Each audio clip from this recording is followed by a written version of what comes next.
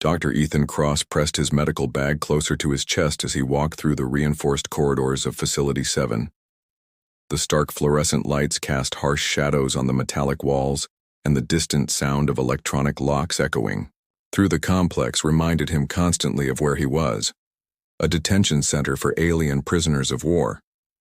3 months had passed since humanity's victory over the Zerathi Coalition, and the aftermath still felt surreal. Ethan had volunteered for this assignment against the advice of his colleagues. Most saw it as career suicide, working with those creatures as the other staff called them. But Ethan had been a battlefield medic during the war's final year, and he'd seen enough death to know that healing had to start somewhere. "New assignment, Doc," Lieutenant Hayes said, handing him a tablet as they walked. "Cell Block D, Section 12. Fair warning. This one's been difficult."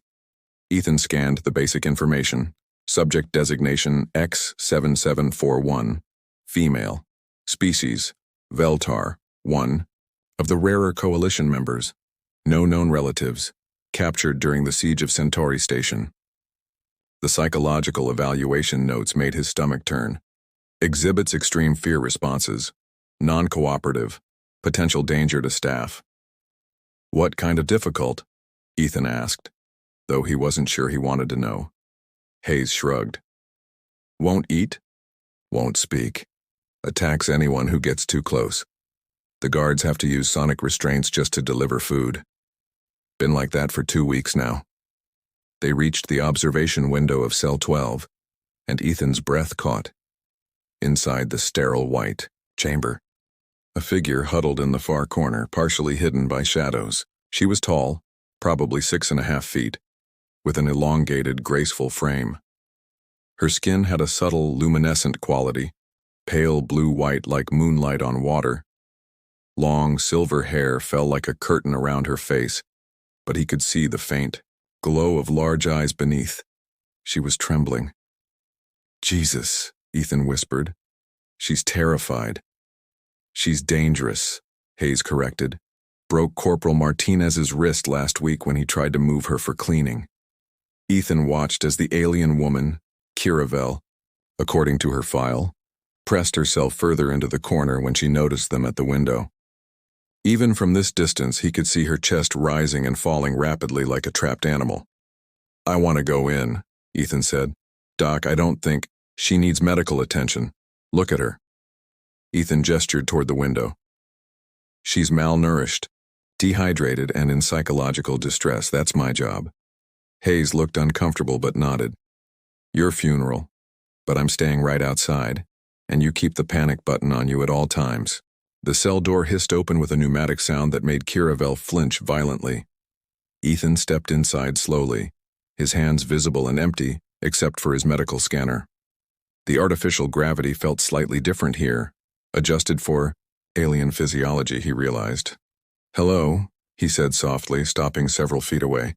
"My name is Ethan. I'm a doctor." She lifted her head slightly, and he got his first clear look at her face. Her features were angular but elegant, with high cheekbones and a narrow jaw. But it was her eyes that stopped him cold, large, almond-shaped, and glowing with an inner light that shifted between silver and pale gold. They were beautiful, alien, and filled with absolute terror. She said something in her own language, a melodic sound like wind chimes, but the universal translator picked up only fragments. "Stay away. Hurt, please." Ethan knelt slowly, bringing himself to a less threatening height. "I'm not going to hurt you. I want to help." She shook her head frantically, pressing herself so hard against the wall that her luminescent skin seemed to flicker with distress.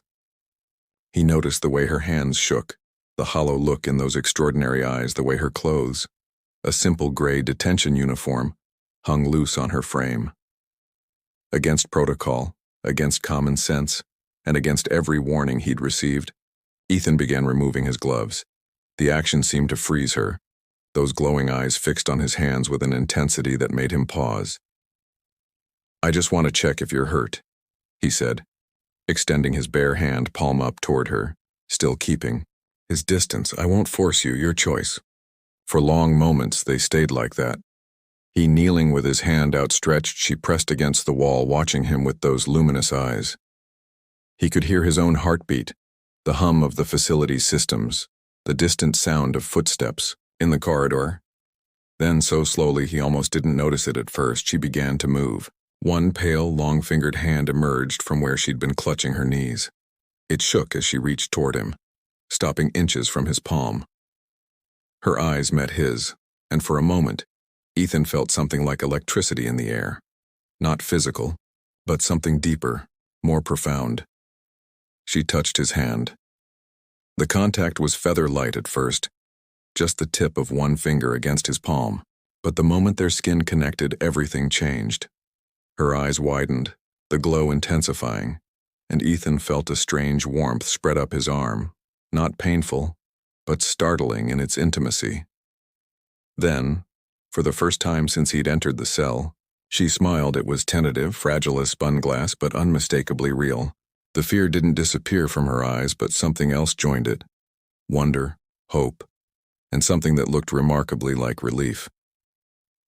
Outside the cell, Lieutenant Hayes was knocking on the reinforced door, probably wondering why the dangerous, alien prisoner hadn't killed him yet, but Ethan barely heard it. He was focused entirely on the alien woman whose hand now rested fully in his, on the way her breathing had slowed, on the soft light that seemed to dance beneath her skin. "Hello, Kiravel," he said gently, using her real name for the first time. Her smile widened just a fraction and she spoke, not in her own language this time, but in heavily accented, carefully pronounced English. "Hello, Ethan."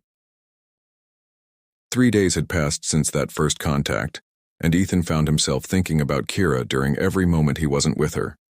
He'd managed to convince the facility administrators to let him conduct daily medical evaluations, officially, to monitor her health and cooperation levels, unofficially because he couldn't shake the memory of her smile. The morning sun filtered through the high windows of cell block D as Ethan approached Section 12. He'd brought real food this time, fruits, and vegetables from the hydroponics bay instead of the standard nutrient paste. Hayes had questioned it, but Ethan had simply marked it as dietary assessment for species-specific nutritional needs. "Back again, Doc?" Sergeant Mills asked, unlocking the outer door. "She's been different since your first visit. Calmer. Actually, ate something yesterday." Ethan nodded, trying to keep his expression professionally neutral. "Good. Progress."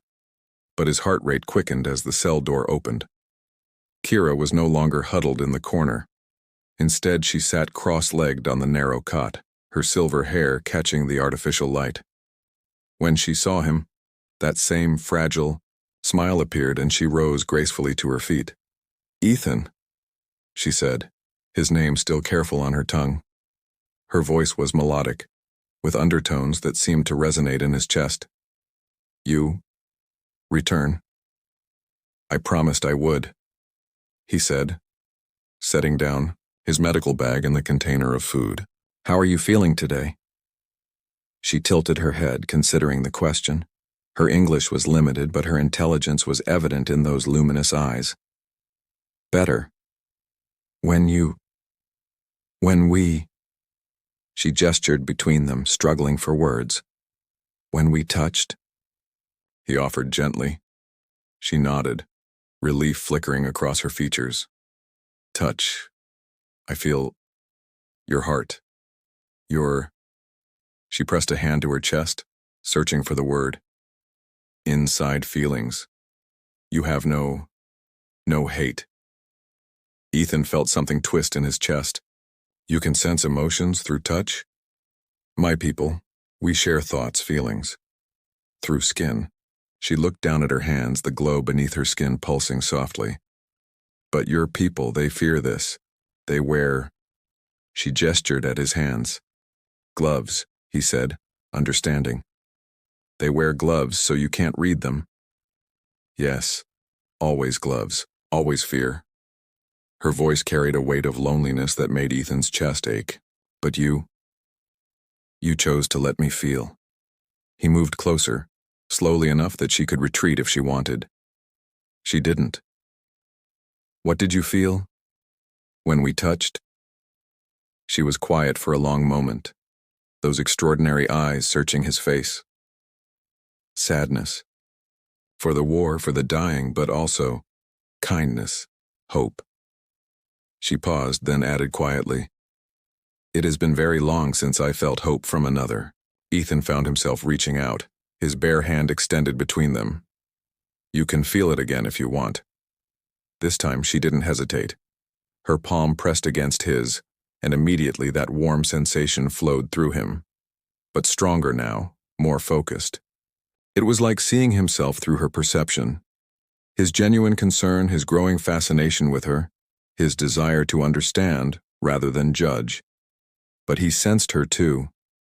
Fragments of memory flickered through their connection, images of a world with purple skies and crystalline cities, of her people's horror when the war began, of her capture and the terror of the past weeks. Deeper than that, he felt her loneliness, her grief for everything lost, and underneath it all, a growing wonder at his presence in her life.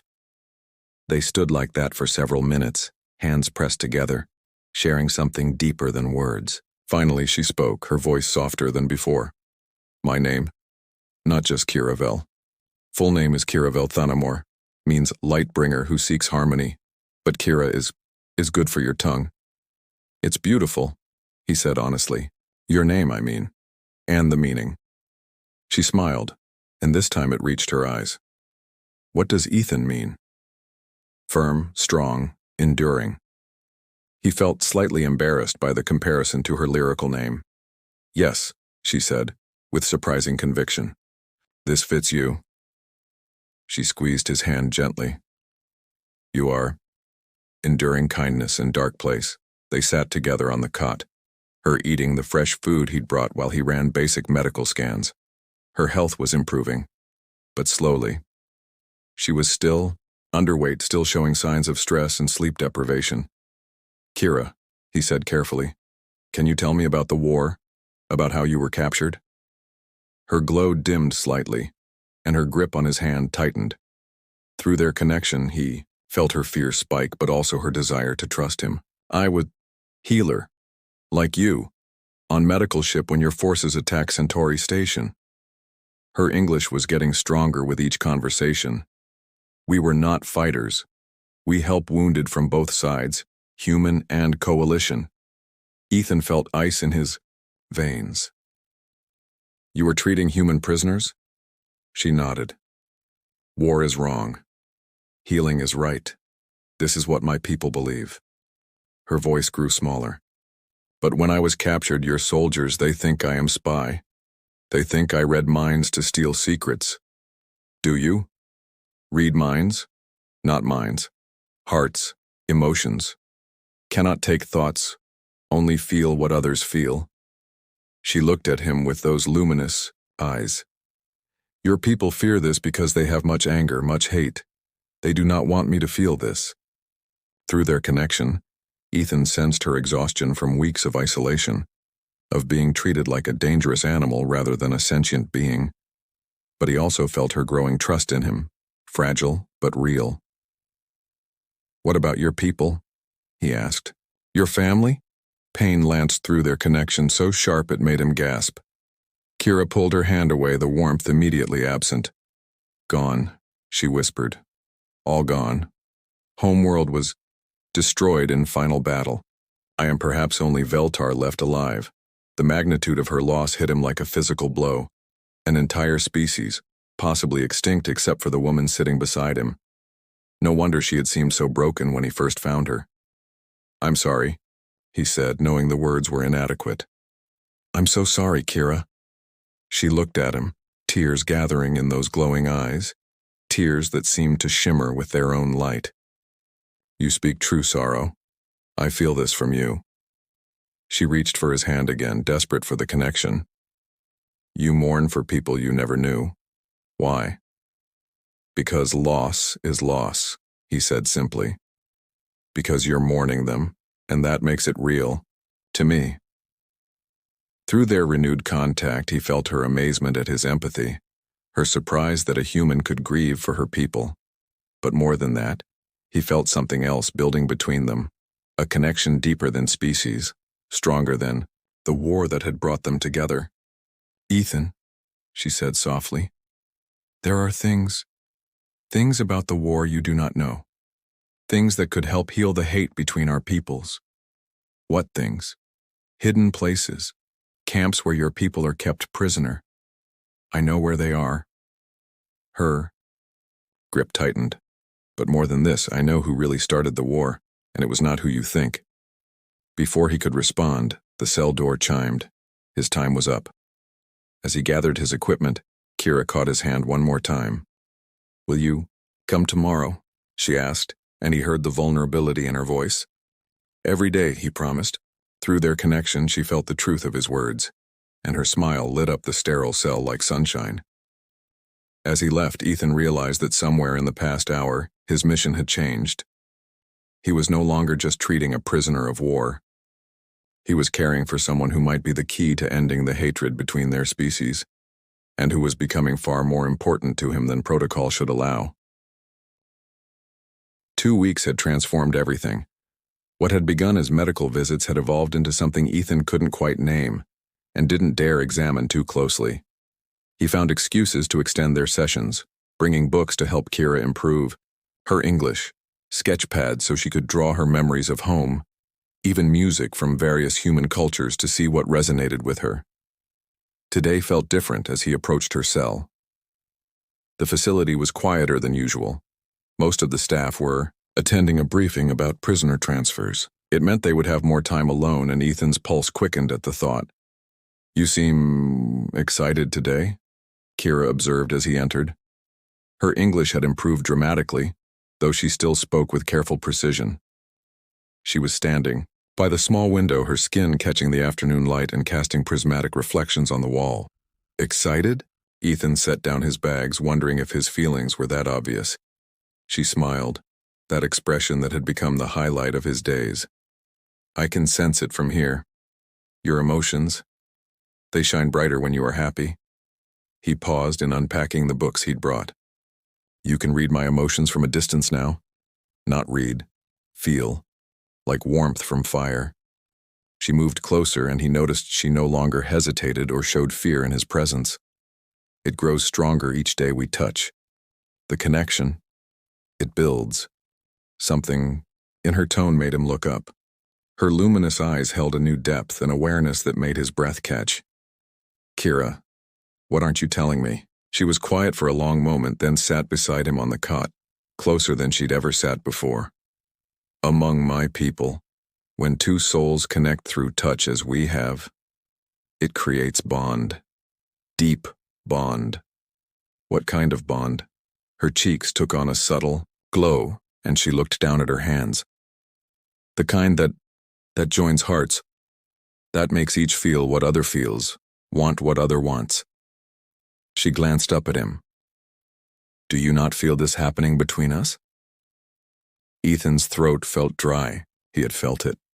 The way his pulse raced when he thought of her. How her presence had become the anchor of his days.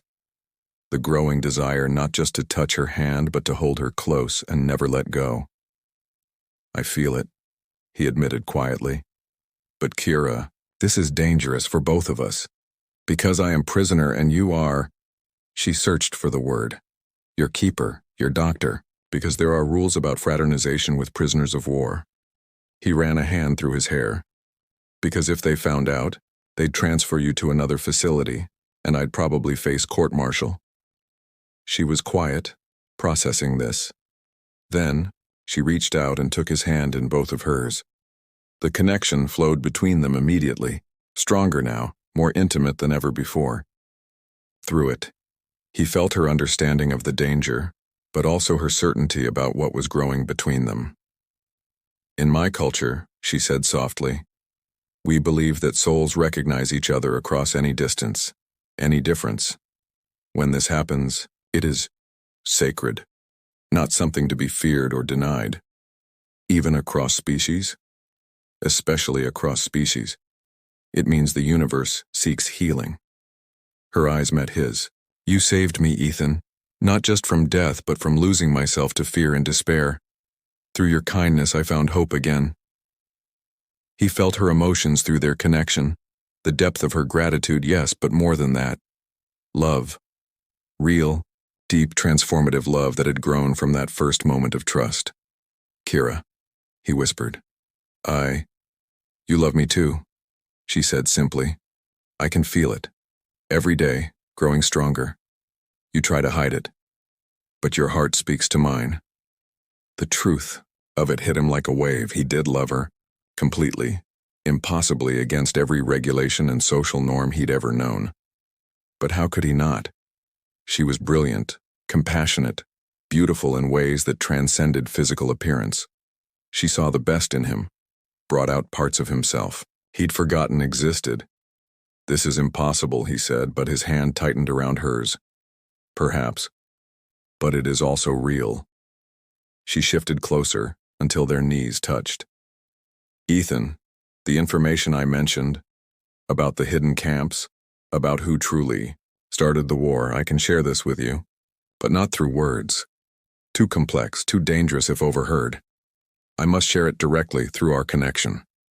How? Her cheeks glowed brighter. Full contact, skin to skin for extended time. It would require. She gestured vaguely at their bodies. Closer touching, Ethan felt heat rise in his face. You mean, not mating? Not yet.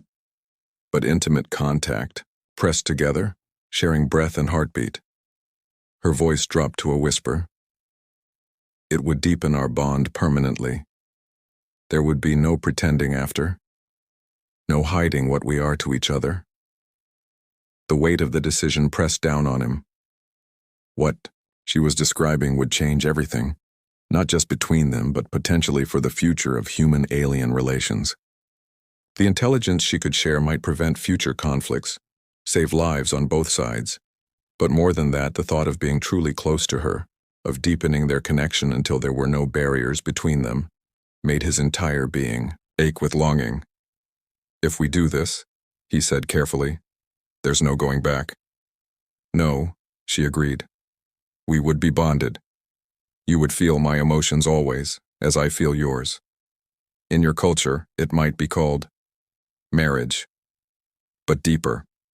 Soul deep. Ethan looked into her glowing eyes and saw his future there.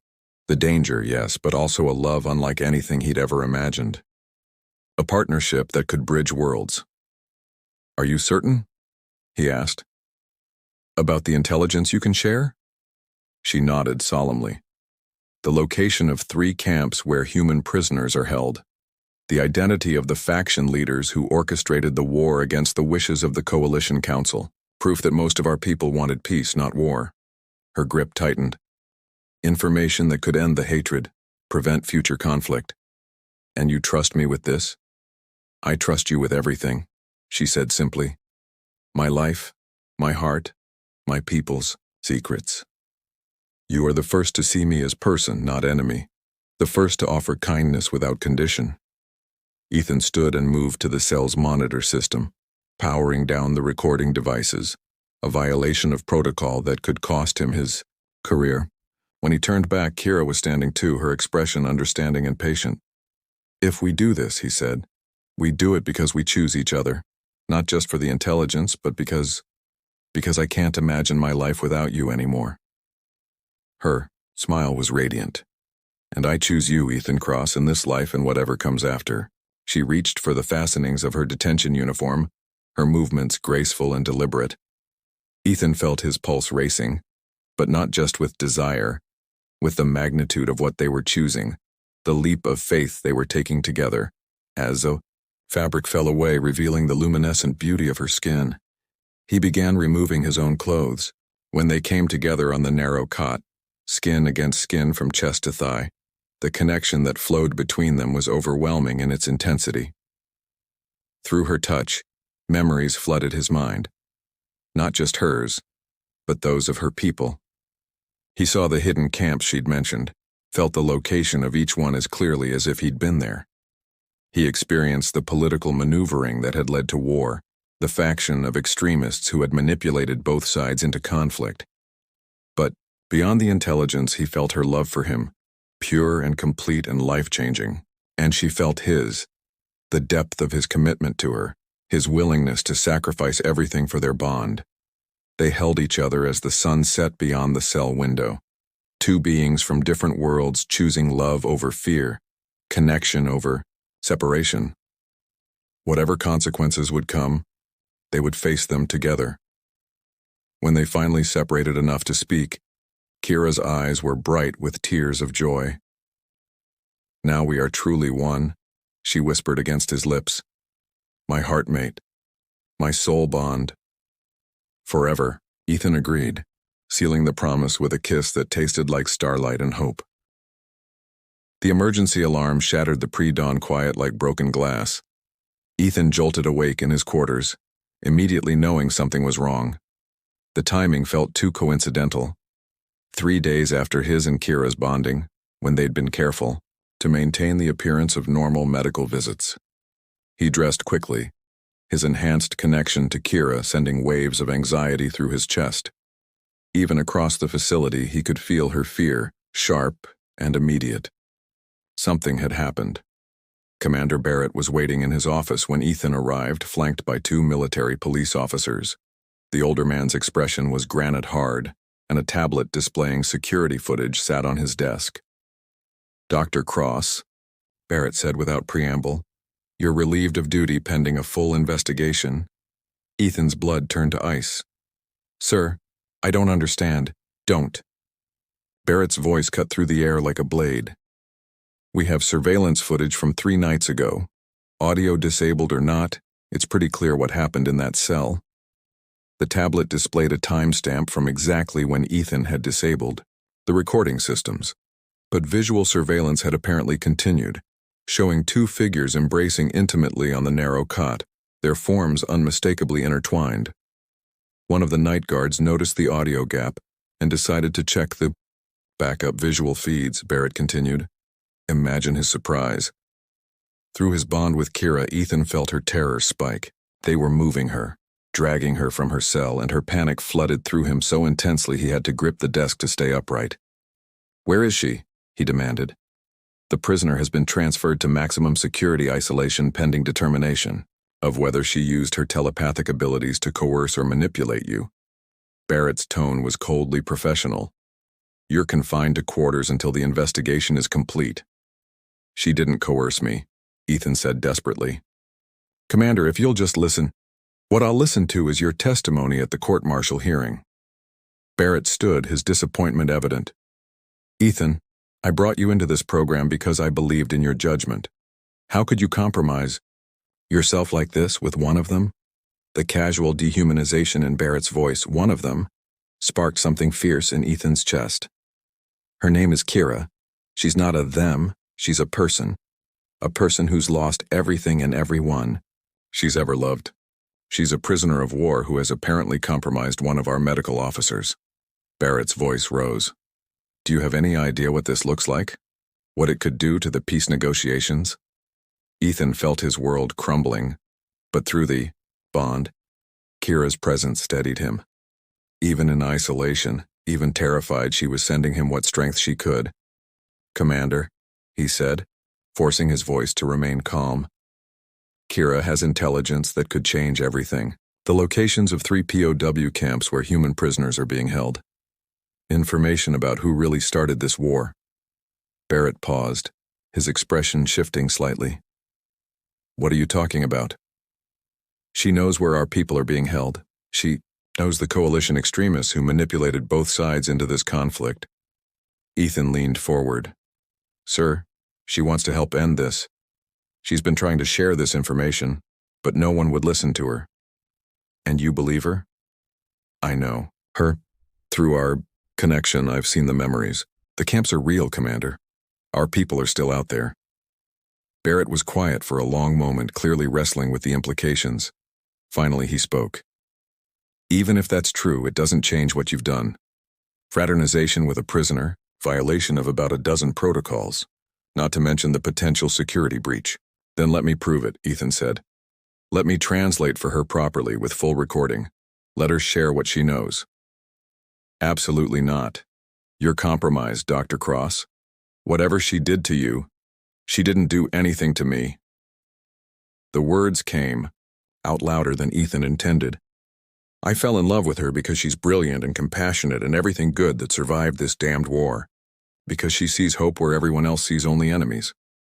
The MPs stepped forward, but Barrett waved them back. His expression had shifted to something almost like pity. "Love," he said quietly. "You actually believe you love this alien?" "I know I do." Ethan's voice steadied. "And she loves me. Whatever punishment you think I deserve, don't take it out on her.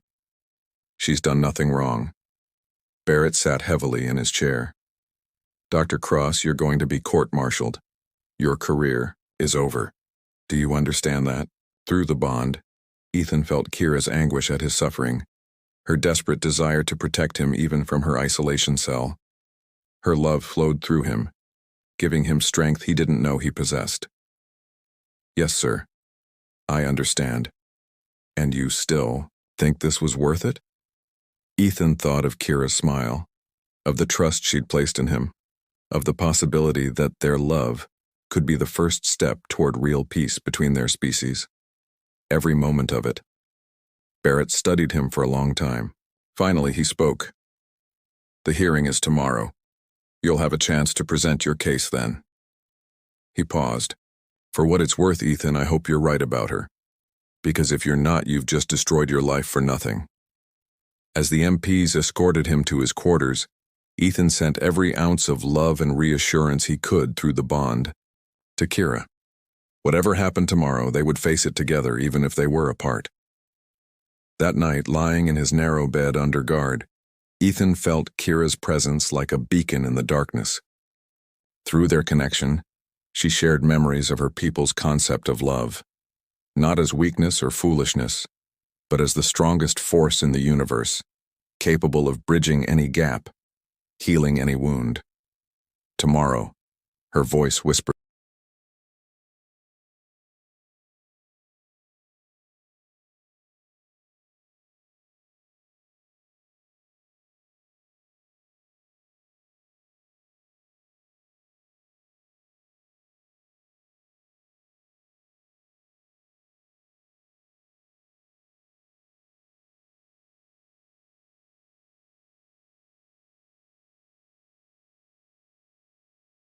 The hearing room buzzed with tension as officials from both military command and the fledgling diplomatic corps filed in.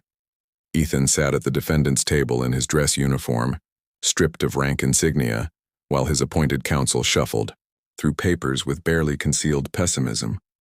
But Ethan's attention was focused on the side entrance, where they would bring Kira.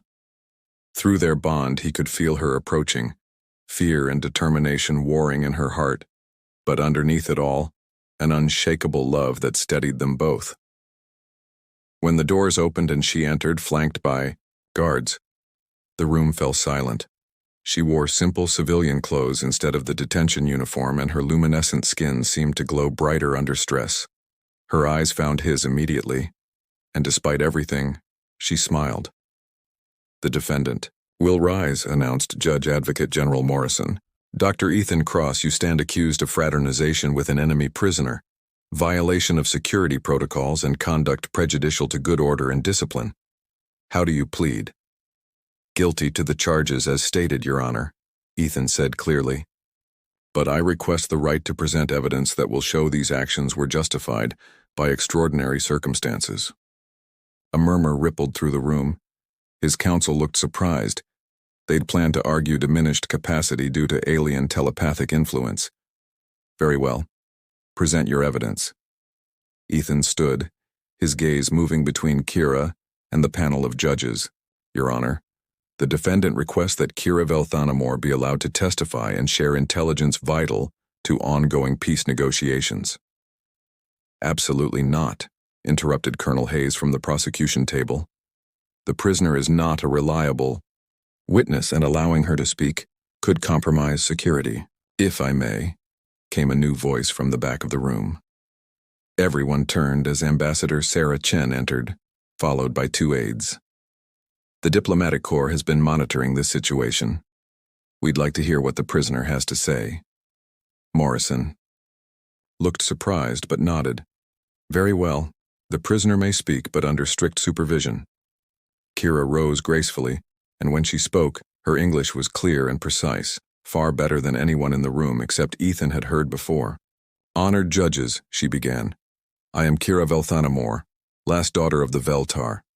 I come before you not as prisoner, but as one who wishes to end the pain between our peoples." She gestured toward a large display screen. "With your permission, I will share what I know. But I must touch Dr. Cross to do so. It is the only way to transfer complex visual memories to your recording systems." "Absolutely not," Colonel Hayes objected. "We won't allow—" "Let her speak," Ambassador Chen interrupted firmly. "This is exactly the kind of breakthrough we've been hoping for." Morrison looked torn, but finally nodded. "Proceed. But any aggressive action will result in immediate restraint." Kira moved to Ethan's side, and when their hands touched, the familiar warmth flowed between them. But this time, instead of private sharing, she projected her memories onto the room's display system, a capability she'd never revealed before. The screen filled with images that made everyone gasp. Human prisoners in makeshift camps, dozens of them, being cared for by coalition medical personnel. Kira's voice narrated what they saw. 3 camps, hidden from your forces by extremist faction who wanted war to continue. Your people, soldiers, captured in final battles, still alive. She provided precise coordinates, names, details that could only come from first-hand knowledge.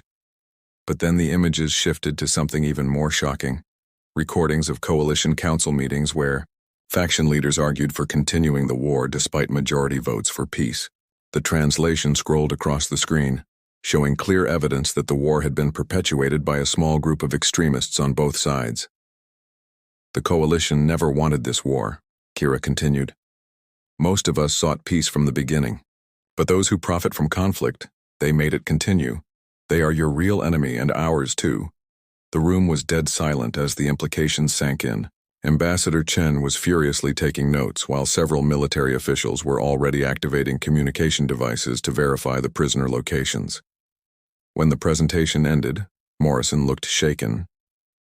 "This intelligence, if it's accurate, it changes everything." "It is accurate," Kira said simply. "I was there. I treated your wounded in our medical facilities. I was present at council meetings where we voted for peace only to be overruled by extremists." She looked directly at the judges. "Dr. Cross risked everything to give me a voice. Without him, this information would have died with me in that cell." Ambassador Chen stood. "Your Honor, if I may speak for the diplomatic corps, this intelligence is invaluable. It provides exactly the evidence we need to separate legitimate coalition representatives from the extremist factions." "The prisoner could be lying," Colonel Hayes protested, though his voice lacked conviction. Kira turned to look at him, her luminous eyes sad but steady. "Colonel, I have lost my world, my people, everything I ever loved. What could I possibly gain by lying to you? I seek only peace and the hope that no other worlds will burn as mine did." Through their bond, Ethan felt the absolute truth of her words, the deep well of grief she carried, and her genuine desire to prevent others from suffering as she had. Morrison conferred quietly with the other judges before speaking. "Dr. Cross, your actions violated military law. There's no question about that. However, the intelligence provided as a result of these actions appears to be of extraordinary value." He paused, clearly struggling with the unprecedented situation. "This tribunal finds you guilty of the charges as stated. However, given the extraordinary circumstances and the vital intelligence obtained, you are sentenced to reduction in rank and formal reprimand, with immediate transfer to the diplomatic corps as a specialist in alien cultural relations." Ethan felt relief flood through him, echoed by Kira's joy through their bond. "Furthermore," Morrison continued, "the prisoner Kira Velthanamore is hereby reclassified as a diplomatic asylum seeker, with full protections under interplanetary law." Ambassador Chen stepped forward. "Dr. Cross, the diplomatic corps would be honored to have you join our team. Your unique understanding of coalition psychology would be invaluable in the peace negotiations." As the hearing concluded and officials rushed to verify Kira's intelligence, She and Ethan finally had a moment alone in the hallway outside. "We did it," she whispered, taking his hands. They listened. "You did it," he corrected. "You found a way to make them see past their fear." She smiled, the expression radiant with hope. "No, my heartmate, we did it together. Your love gave me the strength to trust them with our people's secrets." 6 months later, Ethan stood on the observation deck of the diplomatic station orbiting Earth, watching shuttles arrive for the signing of the Comprehensive Peace Treaty. The prisoner camps had been found exactly where Kira had said they would be, leading to the rescue of over 200 human POWs and a complete restructuring of the post-war negotiations. "The Veltar delegation is arriving," Kira said, joining him at the viewport. She wore formal diplomatic robes now, her status as the last representative of her people giving her unique authority in the negotiations. "I thought you were the last of your people," Ethan said, confused. Her smile was mysterious. "Last of the Veltar, yes. But it seems there were survivors from other coalition worlds, refugees who heard that one of their people had found sanctuary with humans. They come, seeking the same." Through the viewport, Ethan could see the approaching ships carrying beings of various species who had lost everything in the war, but were willing to hope for peace. "So what does that make us?" he asked, taking her hand. The bond between them had only grown stronger with time, becoming a source of strength they both drew from daily. "The first," she said simply. "The first human coalition bonded pair. The first to prove that love can bridge any gap." She squeezed his fingers. "The first of many, I hope." That evening, at the reception following the treaty signing, they stood together as equals, he as the lead cultural liaison, she as the coalition's chief representative. The formal announcement of their bonding had caused quite a stir, but it had also inspired others to look beyond species boundaries toward shared hopes and dreams. Ambassador Chen approached them with champagne and a knowing smile. "So, any thoughts about the future? The coalition worlds will need rebuilding, and there's talk of joint colonies for mixed couples like yourselves." Kira and Ethan exchanged a look, the silent communication that had become second nature to them. "We've talked about it," Ethan admitted. "There's so much work to be done, healing to facilitate, and children to consider," Kira added softly, causing both humans to look at her in surprise. "The medical teams believe that our bonded genetics might be compatible for offspring, hybrid children who could grow up truly belonging to both worlds." Ambassador Chen nearly choked on her champagne. "That would be groundbreaking." "Everything about us has been groundbreaking," Ethan said, putting his arm around Kira. "We might as well continue the tradition." As the evening wound down and they returned to their shared quarters, Kira paused at the window overlooking Earth. Her skin glowed softly in the starlight, and Ethan was struck again by her ethereal beauty. But, more than that, by the strength and wisdom that made her who she was. "Do you ever regret it?" she asked quietly. "Everything you gave up to choose me?" Ethan moved behind her, wrapping his arms around her waist and feeling her lean back against him. "I didn't give anything up," he said. "I traded a small life for an extraordinary one. I traded loneliness for love. I traded fear for hope." She turned in his arms, her luminous eyes reflecting the stars. "And I traded despair for joy, isolation for connection, the end of my people for the beginning of something new." They held each other as the station rotated slowly, carrying them between Earth and the stars, between past and future, between what was and what could be. "I love you," Ethan whispered against her hair. "And I love you," she replied, the words carrying all the depth and certainty of their soul bond. "In this life and all the ones to come." Outside their window, the universe stretched infinite and full of possibilities, worlds to explore, bridges to build, and love to share across any distance, any difference, any boundary that had once seemed impossible to cross. Their touch had indeed changed everything, just as that first contact in a sterile prison cell had promised. But the real transformation wasn't in the treaties or the politics or even the peace they'd helped create. The real transformation was in the simple, revolutionary truth they'd proven. That love recognizes no boundaries, that understanding can bridge any gap, and that sometimes the touch of a single hand can change not just two hearts but two entire worlds.